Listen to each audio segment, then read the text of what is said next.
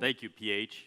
And the pleasure is all mine. I'm really glad to be here. I was here last year for this symposium, and I really enjoyed it. It's great to be in Mexico. It's an awesome venue. As a flatlander from middle America, this is always a nice place to come, and as well as meet the people. The people and culture, I really enjoy it. So thank you very much. Eduardo did a really nice job of summarizing the infection chain methodology and how we use that, I think, to understand the phases of, virus transmission by phase of production. And I think a lot of you in this room probably do that almost subconsciously in your day-to-day activities, controlling not only PRRS but other diseases. So my function here today is to kind of follow up with what Eduardo did so well and talk about how we use that understanding of virus transmission by phase of production to really focus and target our immune management strategies with an effort to maximize immunity and minimize exposure. Okay, just a few introductory slides. We know that to successfully control disease, and this presentation will be specifically on PRRS, we need to take every opportunity to prevent infection by maximizing immunity, minimizing exposure. Knowing where and when to implement these strategies is really important. It's critical. So this systematic whole herd approach and understanding this infection chain methodology really facilitates helping us understand the pattern of circulation, PRRS circulation, disease transmission across the entire production chain by phase of production. That's going to help us target our intervention strategies. So really the goal with this systematic whole herd approach is to really identify and understand the potential causes of disease transmission, and then your best opportunity for implementing an immunity management strategy, target your immunization and maximize immunity. So this is really a systematic whole herd approach that focuses on protocols that are directed at targeting maximizing immunity and minimizing exposure, and the role of vaccine or vaccine-derived immunity plays in this whole thing. So you saw this slide earlier from Eduardo. He did a really nice job of focusing on the infection chain and how it's used to measure and monitor and specifically understand a pattern of circulation by phase of production. We're going to follow up on that, but we're going to focus on using that same methodology in a systematic whole herd approach to really look at our strategies to control PRRS, maximizing immunity, minimizing exposure, and both the direct and indirect benefit or value of vaccine-derived immunity. Okay? So, again, I'm going to use that schematic that Eduardo used, the infection chain diagram. I think that's where a lot of us in the room are doing this almost subconsciously, I think, on a day-to-day basis. I think it's helpful to just kind of follow the process with this diagram. It's helpful. And as it regards understanding the infection chain relative to PRRS, it's really just this simple. We're just looking at understanding that pattern of PRRS virus circulation and transmission by phase of production. Gilt pools, sow herd, the farrowing room, we'll talk about that, and then wean to finish. And we'll probably focus a little more heavily on the wean to finish as Dr. Tom Gillespie later is going to talk about, I think, gilt development strategies.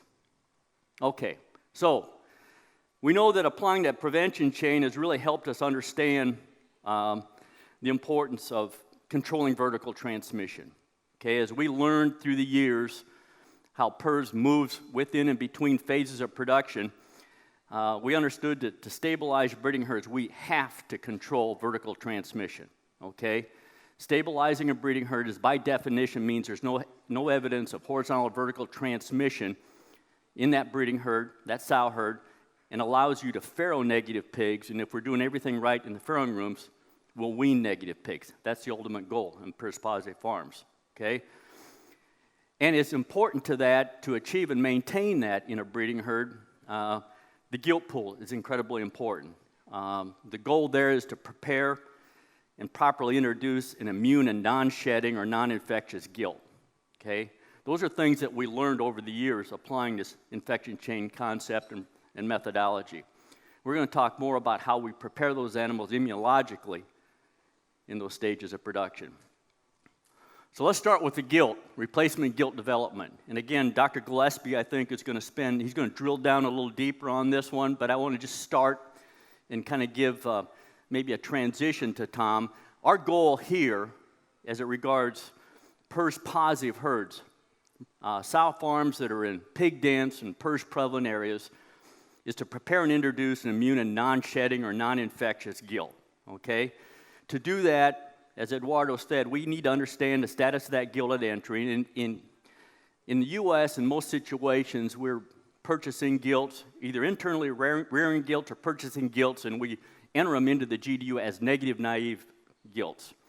That's pretty much the gold standard for most situations.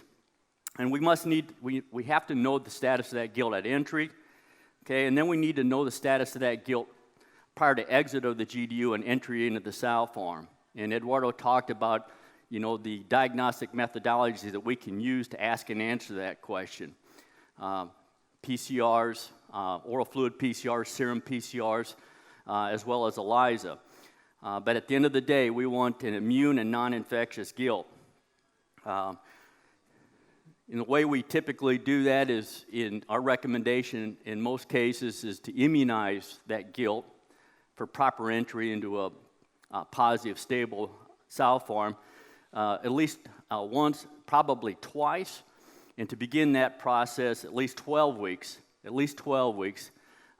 prior to entry into the breeding herd. This gives those gilts proper time to generate a protective immune response, as well as become non-shedding and non-infectious prior to entry, okay? The importance of this is, again, all in an effort to maintain uniform immunity, not only in the gilt herd, in the gilt pool, but as she enters the breeding herd, give the virus no place to go. Should there be resident virus circulating in that breeding herd, you're going to mitigate mitigate the consequences of that wild-type virus should those gilts get exposed, improve reproductive performance, and as important, you're going to have an indirect benefit, which is going to reduce the shed and transmission of that virus should she get exposed. Then we go to the next phase, and I've had those circled in that so you can not get confused and see those easily delineated in this graphic. But we're at the sow herd or breeding gestation portion of the sow herd.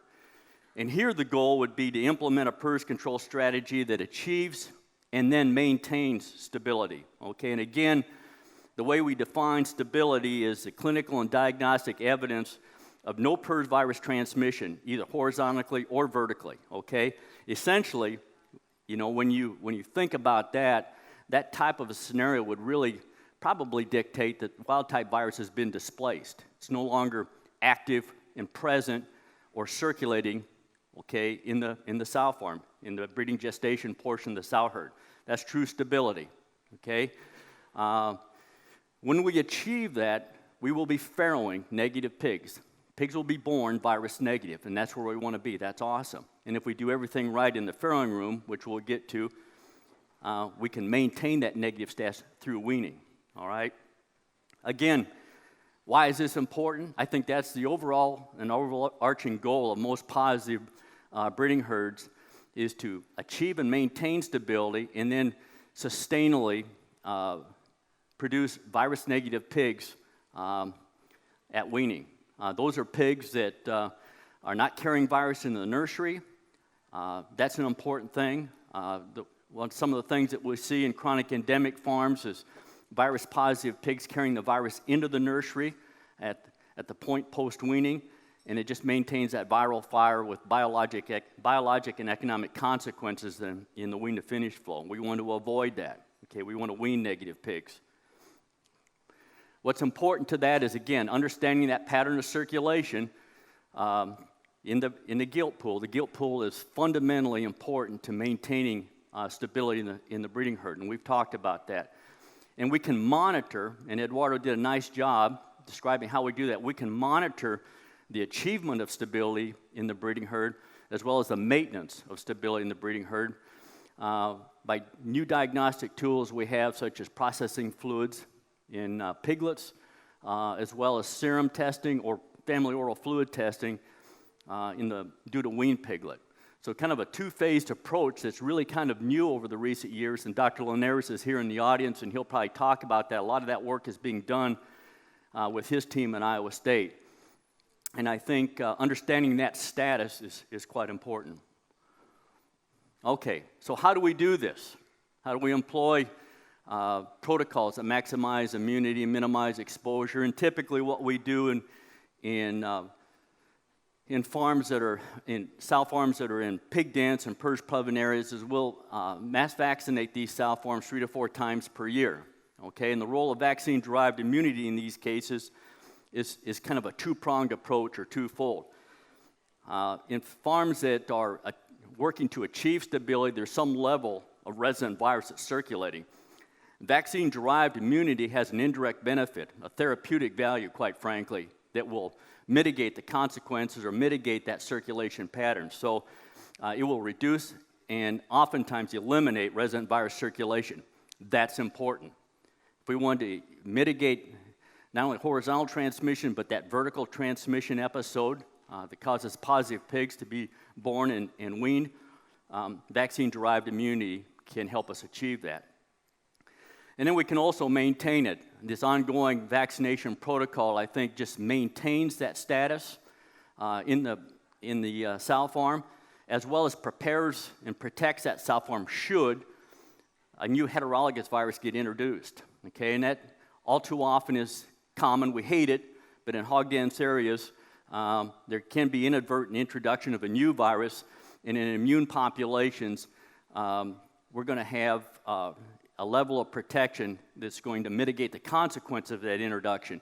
And a nice reference that I'll refer to there again is Dr. Daniel Linares' work he did a few years ago that showed that immune sow farms return to stability following the introduction of a new virus in a clinical break. Sow farms that have vaccine-derived immunity will return to stability better, quicker, and faster than sow farms that don't, and they'll return to baseline targeted performance as measured by weekly weaned pig output, better, quicker, faster. So it's important, and there's a significant biologic and economic benefit in the role of vaccine-derived immunity for the maintenance of immunity. Okay, now Eduardo talked about this as well, and as we work through this infection chain methodology, we have learned that actually the farrowing room, okay, lactation, farrowing room, and the suckling pig is really its own phase of production, okay? We can see circulation of the virus within and between farrowing rooms, okay? It's important to understand that. There are situations where we can be farrowing. We have a stable sow farm. There's no vertical transmission. We can be farrowing negative pigs, okay, virus-negative pigs, but unless we apply good biosecurity protocols in the farrowing room, those pigs born virus-negative can become infected between birth and weaning, and suddenly we have a low level of positive pigs being weaned again in the nurseries. We want to avoid that. So the protocols that Eduardo talked about, processing fluids is good. It's kind of a proxy for the status of piglets at birth. That's good to know. When you achieve that level of stability, no vertical transmission, farrowing negative pigs, that's important. Then I think it's just as important to ask and answer the question, are we weaning negative pigs? Have we mitigated any transmission infection between birth and weaning? That's important because we want to do both. And Dr. Daniel Linares and his group are looking at using things like family oral fluids, a very, very good sample type and very sensitive. It's convenient and it's very inexpensive to use on the farm. That can also tell us along with processing fluids, tell us the status of piglets at weaning. Now, so our goal obviously is to wean negative pigs. But there are situations out there where, as we're achieving stability, there's some level of virus circulation in the farrowing room. And we could have infection between birth and weaning, or a low level of vertical transmission that's still present at birth. These two diagnostic protocols will help us understand that pattern of circulation and things that we have to do to mitigate that. In those situations, though, it may make sense to vaccinate suckling pigs. This is a scenario that we see all too frequently in the U.S.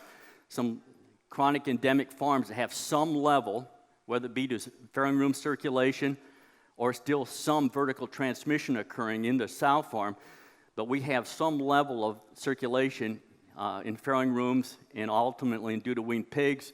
In those situations, in an effort to mitigate that, the consequences of that is that virus moves into the nursery and begins to cause biologic and economic impact. We can vaccinate these pigs prior to weaning, okay? And we can generate a direct benefit and improve health and performance. That's why this phase of production is very, very important to understand and target your interventions. All right. That gets us to wean to market. Now, as we've walked through the phases of production, have in mind that our ultimate goal is to have an immune and non-infectious gilt that enters a positive, stable breeding herd. A stable breeding herd will have no evidence of horizontal or vertical transmission, farrowing a negative pig. Everybody in this room is doing everything right as it regards McRebel internal biosecurities in that farrowing room, so that pig that's born virus negative now is being weaned virus negative. Perfect. That's exactly where we want to be, okay, at the point of weaning. Now we have to understand what's the risk of exposure. I'm going to wean this pig. It's exactly the PRRS status I want. There's a window of opportunity to vaccinate this pig, a virus negative pig. There's a window of opportunity to vaccinate this pig if the risk of exposure from the point post-weaning is high. Vaccinating these pigs at around weaning can generate a direct and indirect benefit that has a very, very good bioeconomic benefit. Why is it important? The whole camp paper a few years ago showed that the cost of PRRS incurred in the growing pig is 55% of what we see in the U.S. on an annual basis. So if that number is $664 million annually, cost of PRRS in the U.S., 55% of that cost, at least 55% of that cost, is incurred in the growing pig phase of production.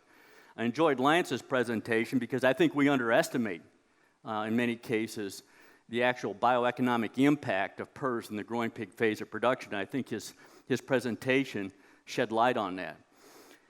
Having said that, the impact is real, okay? It's economically and biologically impactful, and over the years we have demonstrated lots and lots of data that demonstrate that vaccine-derived immunity will mitigate the consequences of that exposure, improve health and performance.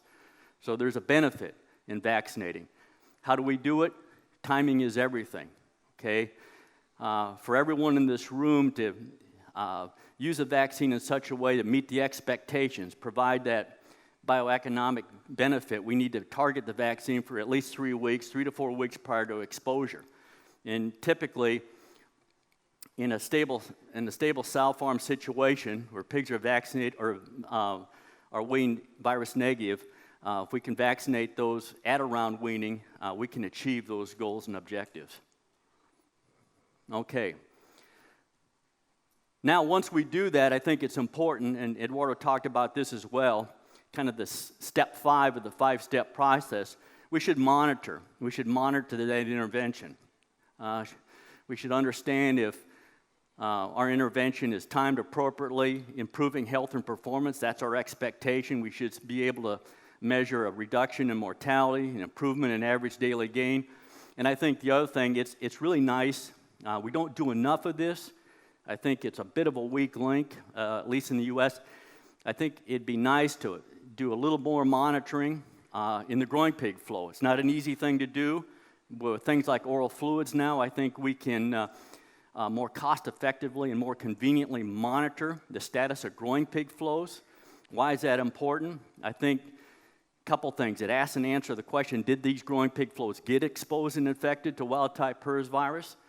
And if they did, can we ask and answer the question at what point, or what phase in that growing pig flow did they get exposed? Recent study by, again, Dr. Linares and his graduate student Cesar Mora showed that it may make a difference.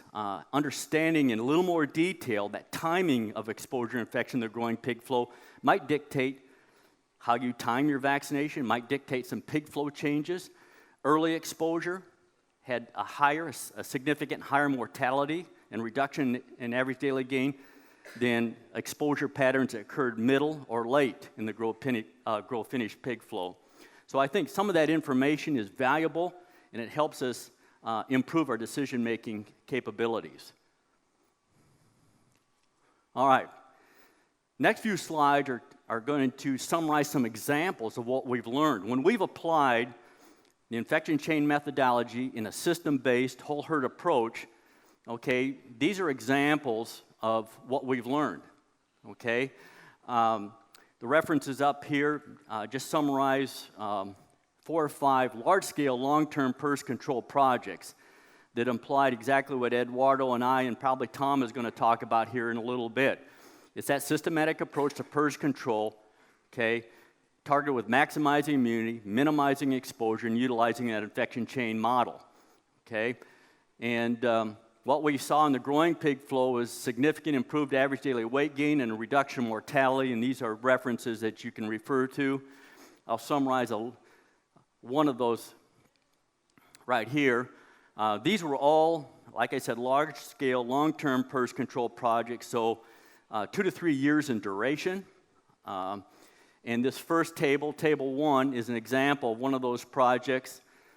This was essentially a 70,000 sow farm with all the downstream flow of pigs, and we looked at the improvement in nursery average daily weight gain and percent mortality, both and as well in the finisher. What we saw following intervention of vaccination in part of the protocol was an improvement, a significant improvement in average daily weight gain both in the nursery, in the finisher, as well as a significant reduction in mortality, both in the nursery, in the finisher.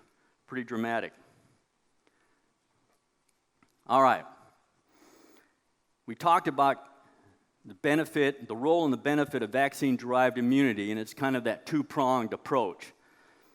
We want, we need, and we expect that direct benefit. We just talked about that. Improvement in health and performance as measured by daily gain and mortality. Those are the things that you measure every day, and that's your return on the investment. And you expect that when you use a vaccine. But the other thing that we've realized over the years and been able to measure as well is the indirect benefit of vaccine-derived immunity. And what's that mean? Well, the indirect benefit is the reduction in the level or the frequency and duration of wild-type virus shedding. So vaccine-derived immunity, within and between vaccinated populations will beat down the level of wild-type virus circulation, okay, to lower levels, less challenging levels. That's really important. That's really important. We want to, as well as improving health and performance, we want to give that virus less places to go, less opportunity to replicate, reduce that level of shed and transmission within and between herds. These are publications that demonstrate or that support those statements, that demonstrate the indirect benefit of vaccine-derived immunity. And then, does that translate to the real world? Yes, it does. We've been able to take what we've learned in controlled experimental scenarios, apply them in the real world, again, following that systematic whole herd approach in the infection chain methodology. And I'm using this same large-scale, long-term PRRS control project because a second arm of that, of understanding the implementation of the vaccination protocol, maximizing immunity, was to look at the indirect benefit. We saw the direct benefit earlier. In this same project, we were able to see a significant reduction in the wild-type PRRS virus detected following the intervention of an appropriate vaccination strategy. So we were able to measure that indirect benefit, that reduction, that significant reduction in the level of resident wild-type virus circulation in this system, and that's been repeatable. Okay, so those are kind of the two-pronged approach when you think about the role of vaccine for PRRS control or vaccine-derived immunity. That direct benefit, okay, that's your return on investment, improving health and performance, and that indirect benefit, reducing the level of wild-type virus within and between vaccinated herds. All right, let's dig into that indirect benefit just a little bit deeper. As we were able to, demonstrate both in a controlled experimental model as well as a field-based model that vaccine-derived immunity truly does reduce that level of wild-type virus circulation, a question came up. What's the impact then of challenge dose in vaccinated pigs? Okay, all the challenge studies we do are with high levels of challenge. We always demonstrate, significant protection when we do challenge models with vaccine. But what happens when we reduce the level of virus within and between vaccinated populations? Okay, is there effective challenge dose in vaccinated pigs? Do we get to a level of challenge where the vaccine actually prevents the consequences of infection? That was one of the questions. This would be important when we apply area regional control programs or system-based programs. We want to get to that point in the road and understand the implications. Okay, so just briefly, this was a really nice study. It was in a peer-reviewed publication earlier this year in January, and you can refer to it as needed for further details, and I want to summarize it really quick. But to ask and answer that question, the evaluation of challenge dose in vaccinated pigs, we designed a study. It had 4 treatment groups. Each treatment group had vaccinates and non-vaccinates, okay, that were challenged at different levels of virus. So for instance, if you look at the table in the bottom left-hand corner, we had group number 1 has vaccinates and non-vaccinates challenged with 4 logs of virus, pretty high level of virus. Group 2 had vaccinates and non-vaccinates challenged with 3 logs of virus. Then group 3 was 2 logs of virus. And then group 4, 10 vaccinates, 10 non-vaccinates, 1 log of virus. So we had 4 groups, vaccinates and non-vaccinates, challenged at different levels of virus, kind of a high, medium, and low. And then, of course, we had a group of vaccinates that were not challenged, your positive control, as well as strict controls. Typical of our challenge studies, vaccinate these pigs at day 0. Both vaccinates and non-vaccinates across the different challenge levels are challenged at 28 days. And then we took these pigs and evaluated them for 42 days out to day 70. And we looked at temperature post-challenge. Okay, we looked at viremia post-challenge and average daily weight gain post-challenge. Let's see what we found. All right, so we're going to summarize this study looking at the 4-log challenge dose, which is the highest level, and that's a pretty stiff challenge. Okay, that's a lot of virus. And we're going to look at the 2-log challenge. And the reason I'm going to summarize it that way is there was really no difference between the 4 and the 3-log challenge as it regards the results and the things that we measured. And there was no difference between, and the 2-log and the 1-log challenge were essentially the same. So we're going to look at those 2 levels of challenge, 4 logs and 2 logs. So what do we see in the 4-log challenge? Typical of what most of our challenge studies show, that red line, okay, shows those are the non-vaccinated challenge controls, okay? Quick viremia, and it lasts a long time, okay? And what we see in the light blue line, those are the vaccinated challenged pigs, and there's that typical reduction in post-challenge viremia that we see each and every time, even with a high level of challenge, all right? The darker blue line are the vaccinated non-challenged pigs, okay? So let's look at what happens in log 2. This is interesting, all right? In the log 2 challenge, again, the non-vaccinates have a high level of viremia that lasts a long time. That's a red line. But that light blue line are the vaccinated animals that are challenged, and their pattern of post-challenge viremia is not different, okay, is not different than the vaccinated animals that weren't challenged, okay? Again, I'll say that one more time. Their pattern of viremia, the vaccinated challenged animals, is not different, okay, than the unchallenged animals. It's like it didn't happen. That's interesting. That's at a 2-log challenge. Let's look at fever post-challenge. Okay, typical of what we've seen in all of our studies, all the vaccinated groups had a significant decrease in fever days and average and average temperature at all challenge doses, whether it was a high log challenge at 4 or a lower log challenge at 1, we saw a significant reduction in fever days, in all groups, okay? The other thing that's important, I think, is probably a take-home, is there's a measurable negative impact in the non-vaccinated challenge groups, irregardless, whether it's a little challenge or a high challenge, the impact is significant. It's severe, okay? Immunity matters. If there's any chance that pigs are going to get exposed to virus, immunity matters. Whether it's a little bit of virus or a lot, the impact as it regards temperature, and you'll see average daily weight gain as well, is meaningful. But like we saw in the post-challenge viremia, the vaccinated animals that are challenged at 2 logs or less, their average fever days were not different than the animals that weren't challenged at all. Again, it's like it didn't happen, okay? It was blunted. It's like it didn't happen. And we see the same thing with average daily gain. Okay, so all the vaccinated groups, whether it was a 4-log challenge or a 1-log challenge and everything in between, significant improvement in average daily weight gain compared to the non-vaccinated challenge controls. Okay, and again, like we saw in temperature, the animals that are non-vaccinated have no immunity and no protection, whether it was a little bit of virus or a lot of virus, it didn't matter. The impact was significant. Okay, any virus matters out there. If there's any risk of exposure, vaccine-derived immunity matters, okay? And like we saw in post-challenge viremia, as well as post-challenge pyrexia or fever, the vaccinated animals challenged with that 2-log level or less performed, their average daily weight gain, they performed not different than the animals that weren't challenged at all. Again, it's like it didn't happen, okay? In vaccinated animals, that level of exposure was really blunted.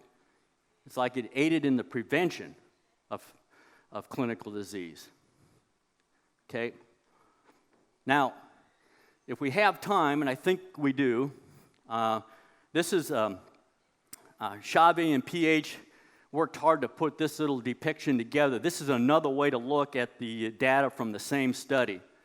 Okay, and it's kind of fun to watch.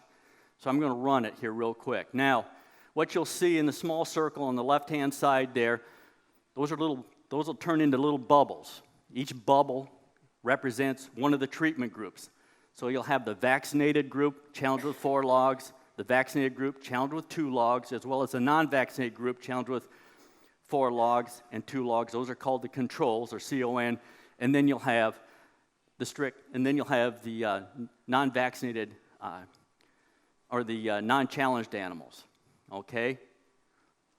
There on the y-axis, as you go up the graph, that's the level of, or percent of PCR positives, okay? So when you see the challenge at day 28, you're gonna see the rise in percent PCR positives across the different treatment groups, as well as the decay in viremia over time, all right? And across the bottom x-axis there, that's the average daily weight gain. That's a live weight over time as we go from the start of the study to the end of the study, day 70.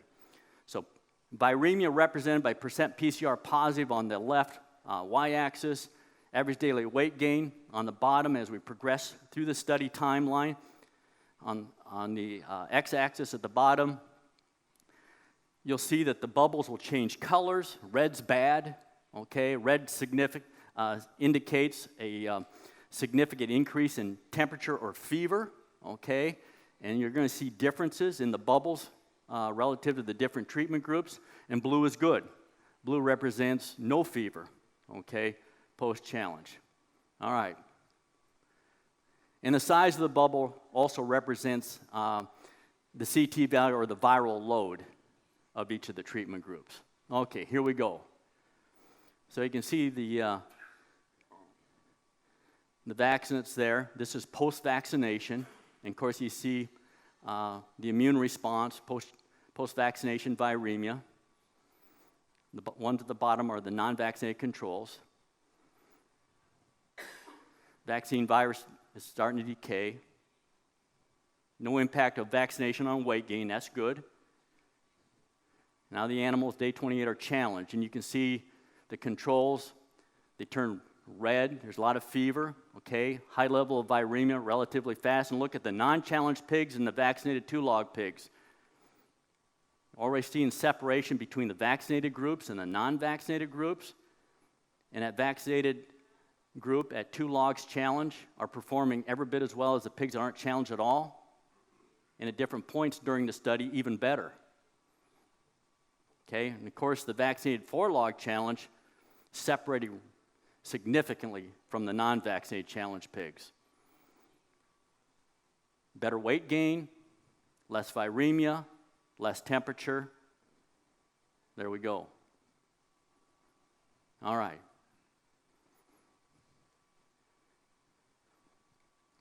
So just another way to look at the same study that's a little more visual.